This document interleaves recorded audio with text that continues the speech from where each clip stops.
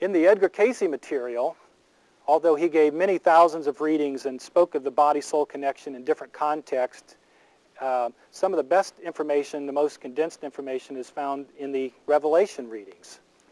And of course, the Revelation, he said, is not so much about what's going on out there in the world. It has more to do with what's inside of us. It's a revelation of self, he said.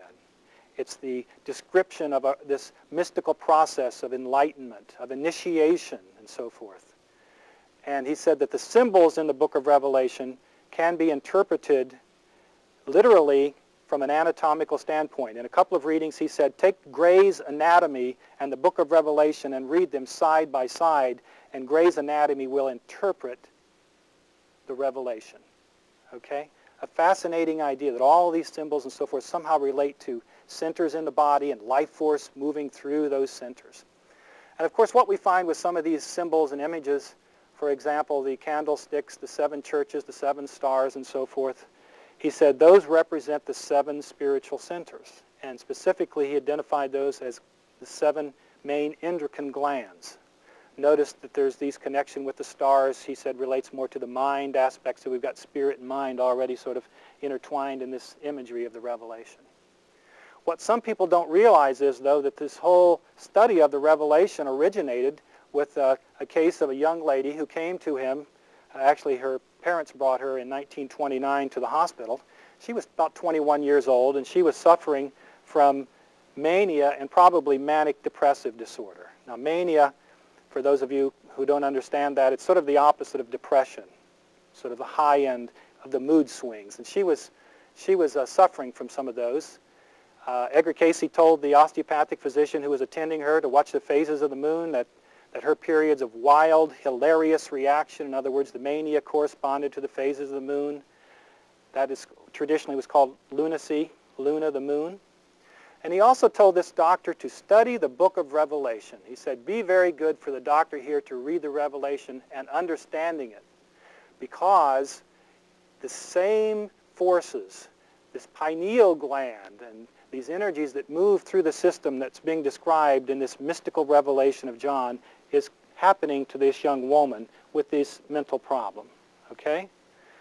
So that was in the 6th reading of this series. They came back in the 7th reading, and of course, this was a complete shock to them. Here they are getting a physical reading, and he's telling this osteopathic doctor to read the book of Revelation if you want to know how to treat this young person, okay? And he said that anyone, will they study that given in the book and compare same to the anatomical conditions of a physical body, will learn the spiritual body, the mental body, not metaphysical either. In other words, flesh and blood, anatomical centers here that this doctor needs to understand, not so much metaphysical. Very practical. And in the same reading, he talked about how in the Revelation there is given that illustration of how the mental body is raised from the various degrees of consciousness, and as is given here, their activity are through the correlated centers of an anatomical body, for they are represented by the refuse that comes from the 4th lumbar, emptying to the lower portion of the system. Now, in his physical readings, this is the typical kind of stuff, and people read this and their eyes glaze over, and, oh, what's the 4th lumbar, and so forth and so on. Well, the 4th lumbar is in the lower part of the spine down here, okay, about in this area. And essentially what he was saying was that there was pressure there along the spine, and that was causing problems in the pelvic area.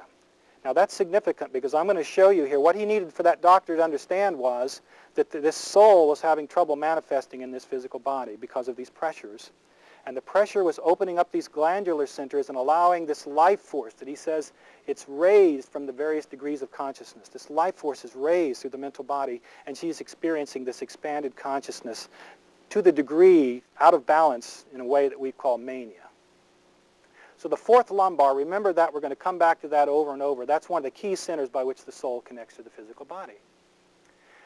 He also went in to talk about the sympathetic system. He said, while the consciousness as comes through the system in sympathetic system is raised to the inner court, or the holy mount, through the pineal gland that coordinates with the sympathetic forces. So he's associating this pineal gland, the soul connection, with the sympathetic nervous system.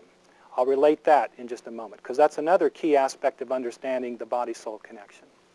Of course, they asked about the seals and so forth, and he says, yes, these do represent the spiritual centers. They asked a number of questions, and he ended up giving many, many readings just on the glandular system and the endocrine glands and how that functions as spiritual centers. This is all opening up that whole series of questions. So in the Revelation, we have all of these images and so forth, these symbols. How can we translate that to something that is useful to us in our daily lives?